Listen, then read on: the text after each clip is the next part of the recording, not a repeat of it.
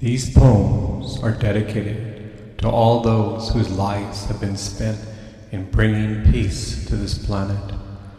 Wherever you are, I bow my head. May peace be on this earth. We are all united with the thread of love. May each one of us realize the garland of life.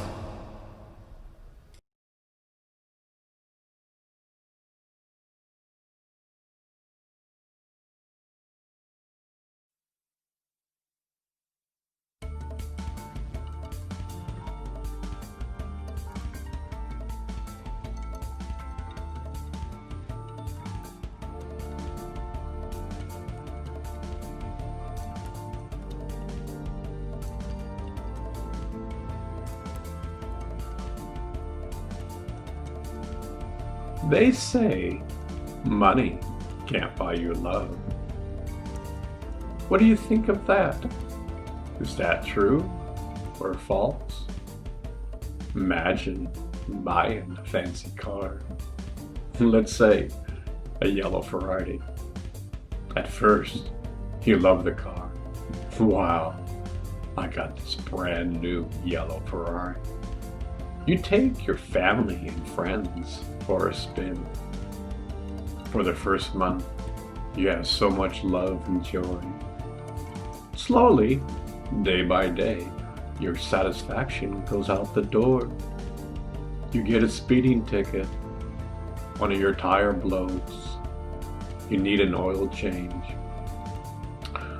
Your car spends more time in the shop than on the road. You realize the car ride is always bumpy. Let's face it, life happens. After some time, you are no longer happy with your car. It's just another possession you have. Money can't buy you happiness. Money can't buy you love. Love and happiness is your true nature. Yet, we have forgotten. I remember as a kid getting some present from my parents. The thrill lasted only a few days. But if you tap into the source of life, the thrill will never leave you. Seems to be too good to be true. Do you mean you have a genie of happiness inside each one of us? Yes, precisely. Now life will throw you curveballs. You will hit speed bumps in the road of life. Yet you have a genie you can call to lessen the blows in life. You will still have a bumpy road.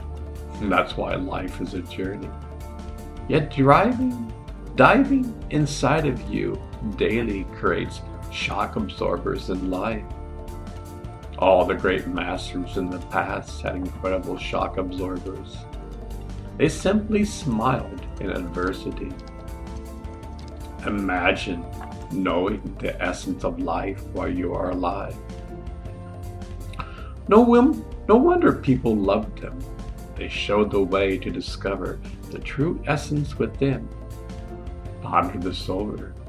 You can solve this puzzle.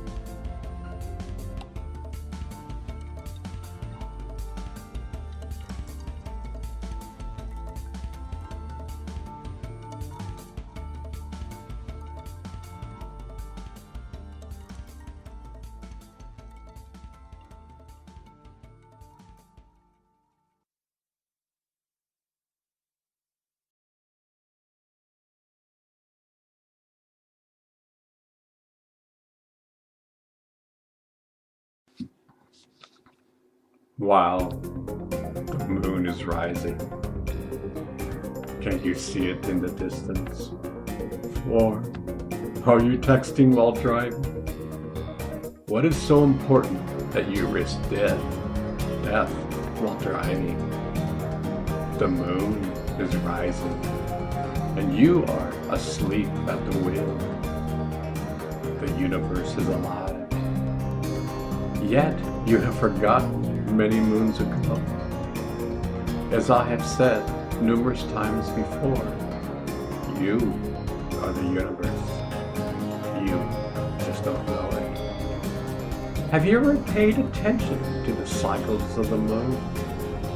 Do you know without the moon, we wouldn't exist on this planet? The Earth and Moon are in perfect harmony. They are in sync with one another. Yet, we go merrily along our way. We are oblivious of nature. Our life is built on sound bites. Most young people communicate through messaging through their cell phones. I see families at restaurants where all the family is active on the cell phone. At times, I feel we have created one extra layer between us and God. Signposts of God exist everywhere, yet do we have the eyes to see? Look, I've been in technology all my life. I've been a software engineer for 35 years. But I've learned there must be a balance in life. We have lost our ways with nature. The present-day capitalist system encourages us to rape the precious resources of the land. Why does a refrigerator get obsolete in 10 years? Why not create a refrigerator for life? We need for products to last a lifetime. I watch House Hunters on TV. I constantly see people complain this kitchen is old and needs total remodeling. Let's face it, we are spoiled and brainwashed at the same time. Any person who lives in a third world country would completely appreciate living in one of these houses. What boils down to is we should be grateful for being alive. Unfortunately, the media always wants you to buy forever. There are only so many resources on this planet. Ponder this over.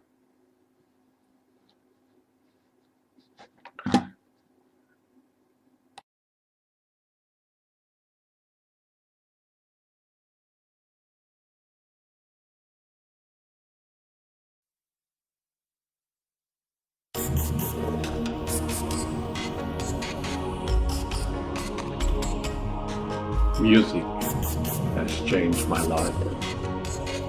Wow, where would we be without music? I can still hear songs at over 15 years old and have a flood of sweet memories appear. What is it about music that connects us all to life? I still remember songs that carried me along in my hard times in life.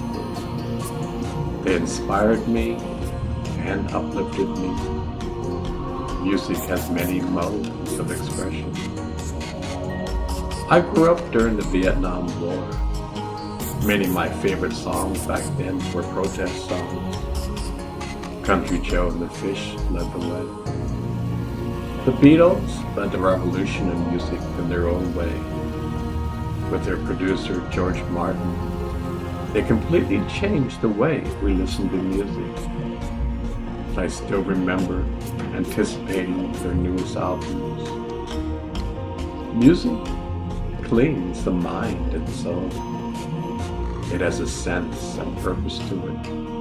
You can't quite pinpoint it, but we all know a great song when we hear it. It's like the artist touches heaven and brings the essence into the song. There are so many different types of music. Each type reflects personally to our taste. Like wine, our taste of music slowly over time becomes more refined. I think the more we become aware, we become attracted to music which reflects our journey in life. These days I love music where you can listen and sail away deep down inside. These ancient musicians are masters in reflecting heaven down to earth. You put on your headphones Close your eyes. You're instantly transported inside. This is the music I yearn to listen to. Mind you, I respect all different flavors of music. But personally, at my stage in life, I love to listen to music that will transform me. Music has changed my life. I'm sure it has changed yours. The next time you listen to a song, ponder for a moment. The artist is expressing something to you. Listen to what is going on. Take the message to heart. Learn from it. Be one with it.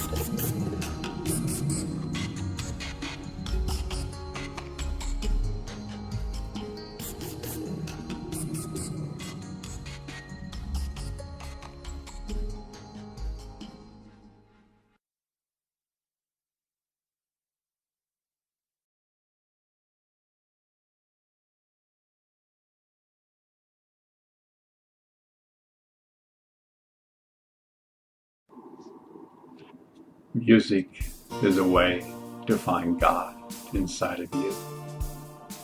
In each and every culture around the world, people use music to sing the glories of God.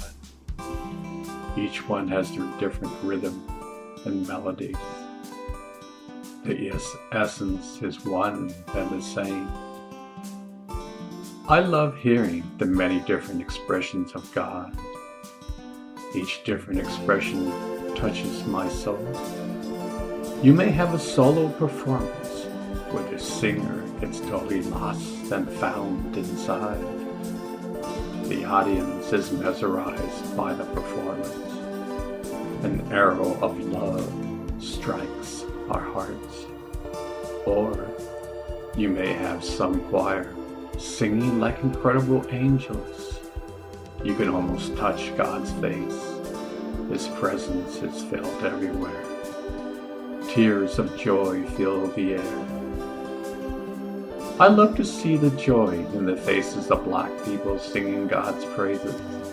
They take the music to a higher level. I've been to India and love the sweet chanting of God's precious names, the exotic sounds of sitar, tabla, and the sweet chanting takes one to a higher connection to God. I love seeing the Sufis dancing into the night. They have such an incredible harmony, spinning around and round. You can see their souls are in heaven, expressed in bliss. When I was a child, I loved to sing about Christ and God. The older I got, I loved to see the diversity of God. There's one trunk with many different branches. Each one has a totally different expression. Singing is a vehicle to drive your car to God. It is a way to connect to our true nature. Imagine if we could sing a song and bring that essence back to our 9-to-5 existence. Imagine singing a song of love. You capture that essence, hold it into your heart. Then when someone explodes anger your way, you give them the love you have in your heart. You then can sing the same song and the love will increase in your heart. We can change this world by doing this. It may seem simple, it is. Sometimes the most simplest things in life is overlooked. We don't sing a song for merely singing a song. We sing a song to touch heaven and bring that essence down to earth. It doesn't matter your faith and religion. The essence is one and the same. We all have a supreme Father who created us.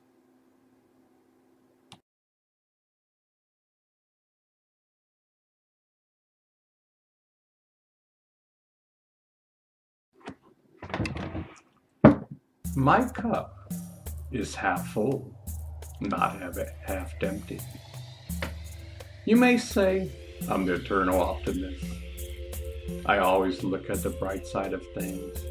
Oh, there have been times when I said my cup is half empty. We all go through various speed bumps in life.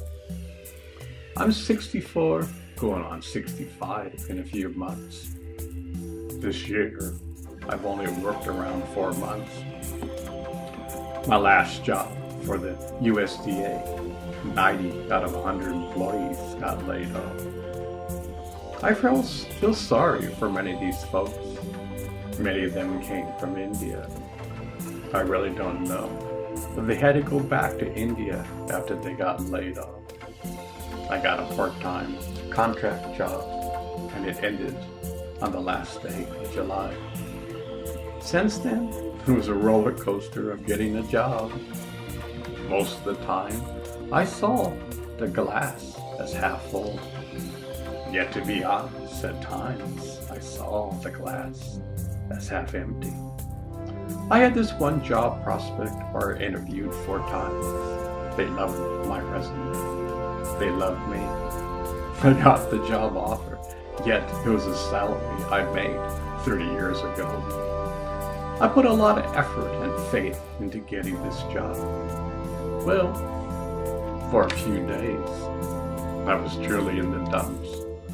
With all my spiritual training, I pulled myself back up from the ground. I knew that the perfect job was coming my way. The universe has a tendency to arrange things in her sweet times. Imagine the universe is a grand orchestra. Everything is in harmony. At times we come in with our toy drum and demand that things go our way. It doesn't work that way. We can't be spoiled brats and demand from God. There are a time and a place for everything. I watched the piece of the puzzles come together. I got a call from the blue from a headhunter in Chicago. He loved my resume, and we had a great phone interview. He passed my resume to a few of his colleagues. To make a long story short, I got a full-time job from H&R Block. It was exactly what I was looking for. The universe always provides. We must be patient and see the glass is half full. It's not easy all the time. It's not seeing your savings go out into the wind. Yet for many moons, I have always trusted. When I was working for Charles Schwab, my projections were I would be retired by now. The stock market tanked. My job tanked. I could be bitter. After all, my last project from Schwab, I probably saved the company $1 billion. My financial reward was a layoff. I reached the golden age of 55, where they had a great tendency to lay you off. I got a great severance package, but there was a carrot on the stick. I got the severance package, but I couldn't sue the company for age discrimination. I don't hold on to my grudges. Who needs extra baggage in life? My journey in life leads to different directions. Most of my friends have lived in the same spot all their lives. They went to college, got married, found a great job, and now are retired. I went in the absolute different direction. I traveled around the world in 3rd class. I learned how to meditate. It took me 10 years to go back to school. But when I did go back to school, I was really motivated. I got into the cutting forefront of the computer revolution and have been riding this wave for 35 years. I have learned that the spiritual path is the most practical path. It's not easy. Life at times is not easy. That's why it is a journey. My glass is half full. What's yours? You can change how you see your glass. After all, you are holding the glass.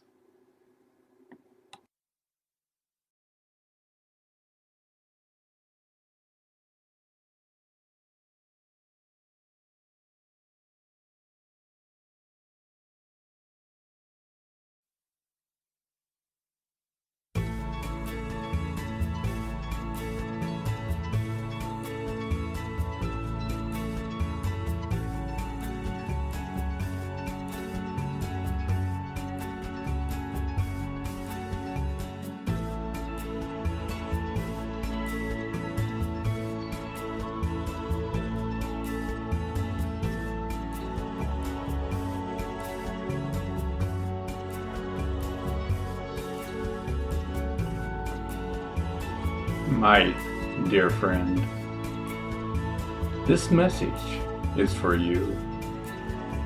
I'm not here to twist your arm. I'm not here trying to convince you or to convert you. The truth does not need convincing or converting. The truth simply is. You are the universe. You just don't know it. You are eternal. You are beyond time.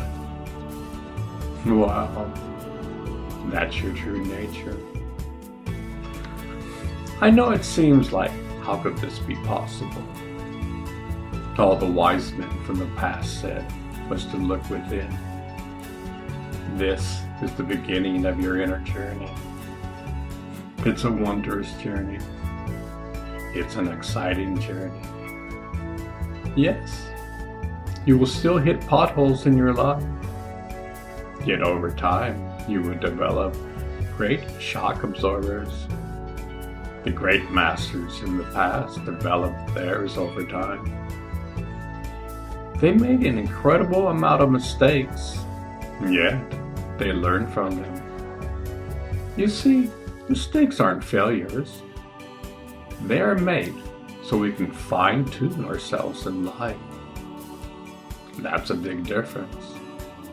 Each and every moment in life is a learning experience. The great masters had this level of commitment. At times, we are human doers, not human beings. A human being always will stop and ponder before speaking. He asks himself whether these words are beneficial or not. Am I stroking the fire with gasoline, or am I placing water on the fire? That's a big difference.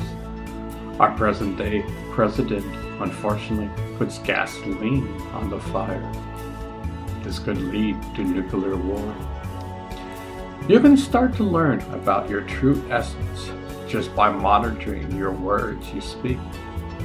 You see, we were meant to be in harmony with the universe. We have our toy drums and we are banging them around. Imagine going to an incredible concert. You're enjoying the moment. A young, obnoxious kid walks out on stage. He starts banging on his toy drum. This is at times what we are like. Just look at the present day politics today. Obnoxious men are banging their drum and nothing gets done. It seems like each decade it's getting worse. The answer to this is a man must discover his true nature. Ponder this over. You can solve this puzzle.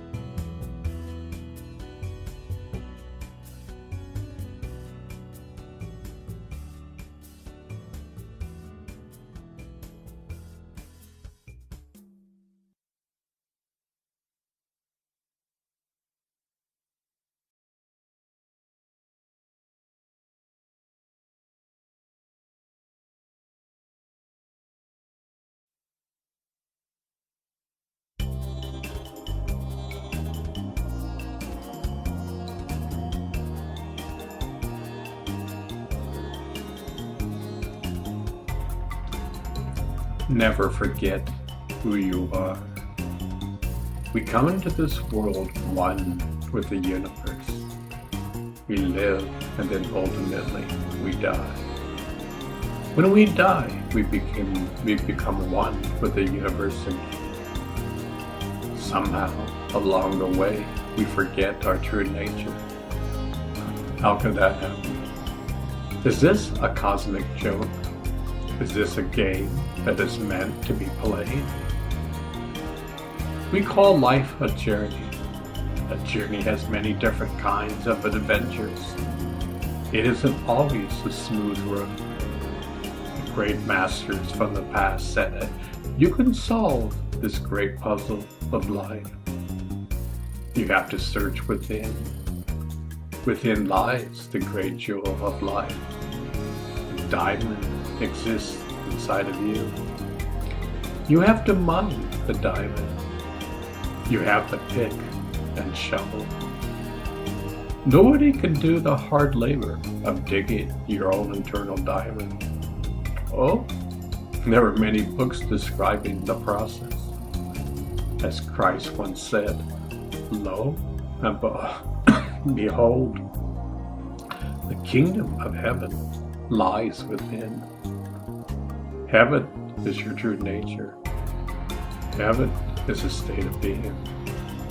This journey of life ultimately leads to heaven. Heaven is a state of mind. Millions of people today are waking up from their slumber. Millions of people today are mining the great diamond within. Ponder this over. You are so close to heaven. Heaven is all around you. Can you feel it?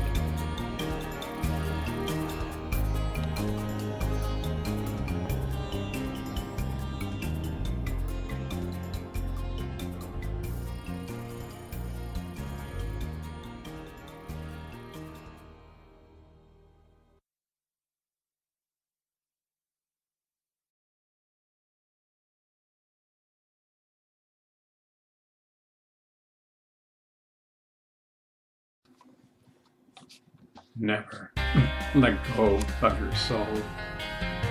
It's like in the play, The Damn Yankees. The main character gives up his soul. In exchange, he became an incredible baseball player. Yet, he lost his soul. How many people do we know who've given up their souls? They are super rich and powerful. Some might have been presidents of nations.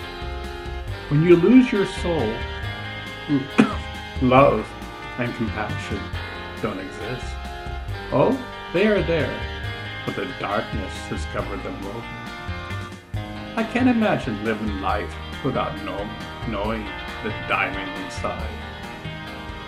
All the riches in the world are nothing without love and compassion. Your riches will someday be taken from you. Love and compassion can never be taken from you. That's your true nature. We see plenty of incidents today where someone mocks the poor. Someone says they can kill anyone on the street and they would still vote for him. The list goes on and on. At the last count, this person has lied over 1,000 times since January. I feel sorry for this person. It's obvious he is in deep pain. Yet the arrogance and lack of humility are frightening. This is a prime example of someone who is lost. He has all the material riches, yet he is miles away from his soul. He wants anyone who is different. He hunts anyone who's different from him.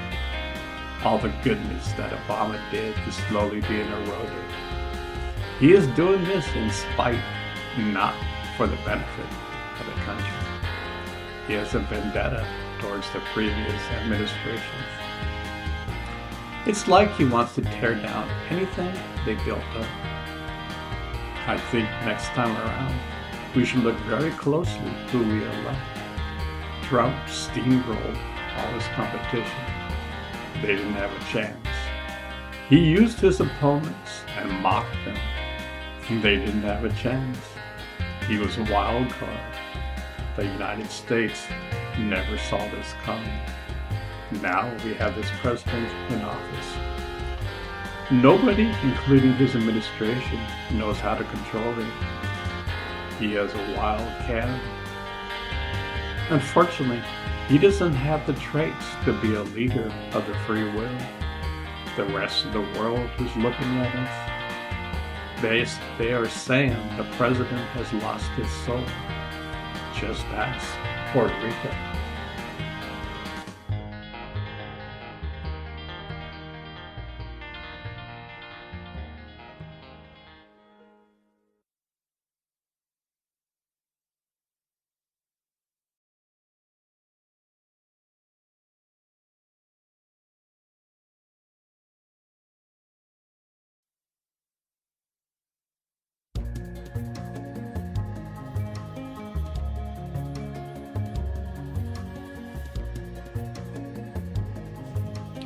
Nexus is a connection or series of connections linking two or more things.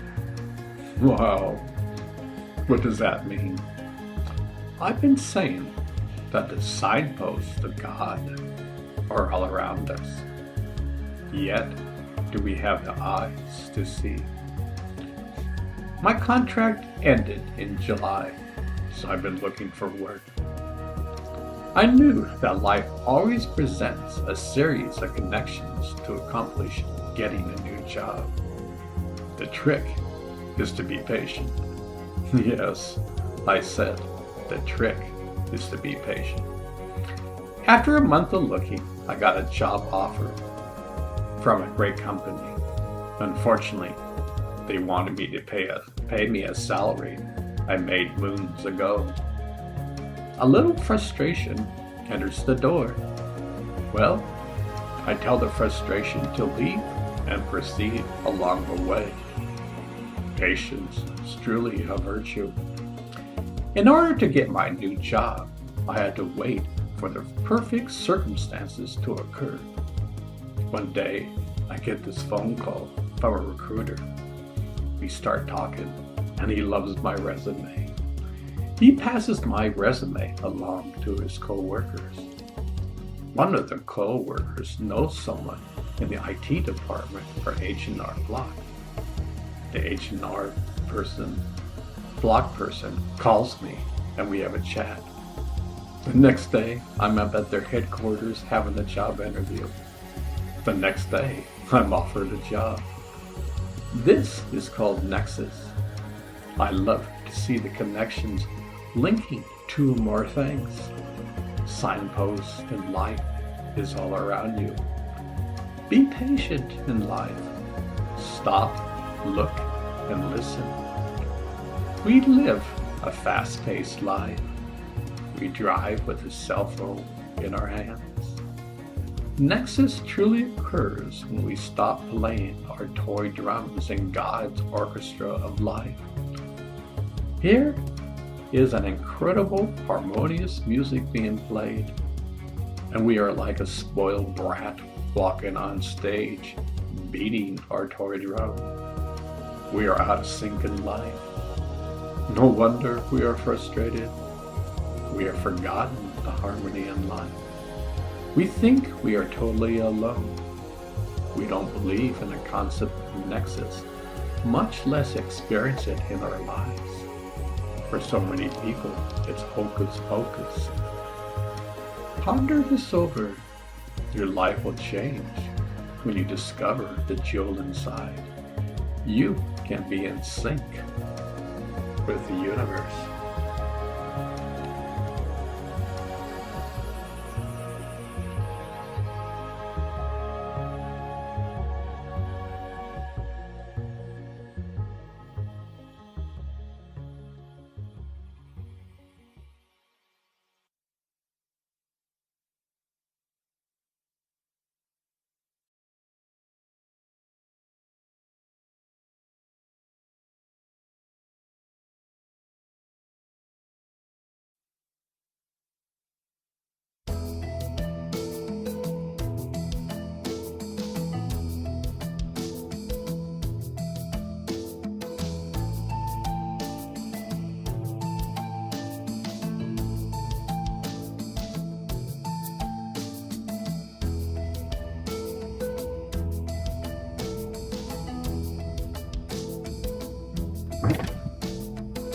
Not your words.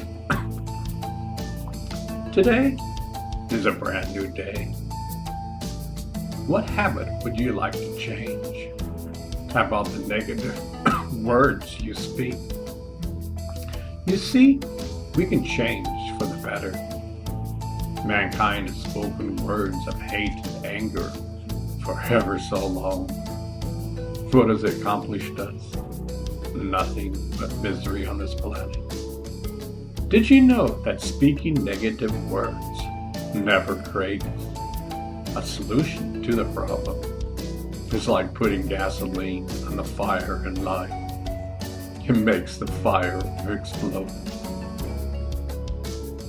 Many people think that anger is a powerful force. Anger is inferior to love and compassion. Anybody can get angry, but to show love and compassion during a heated argument is truly the wise man. We as humans need to tap into our divine nature. It is our birthright. The wise men proclaim for us to look inside for the precious jewel. It's been there all along, hidden and full of dust, yet it exists. The dust does not taint the jewel, it just covers it up. You just have to mine the diamond inside and clean it. It's that simple. Yes, it takes time and effort, but you can do it. This is what we came here for. You are a magnificent piece of the puzzle of life. Kindness is your true nature. Try changing the words you speak. Learn how to sit still and listen. In other words, learn how to meditate. Stillness is the place inside where you can tap into love and compassion. You can tap into kindness. You can tap into patience and tolerance. The more you connect on a daily basis, the more you can control your speech. Stop, look, and listen before you speak. You can control your words and emotions. Imagine if everyone did this. Peace would be on earth. We would still have conflicts, yet they would be peaceful conflicts. Someday, humanity will see a new dawning of man. Millions of people are waking up from their slumber. Wake up. The alarm clock of compassion is waking you up. It's a brand new day.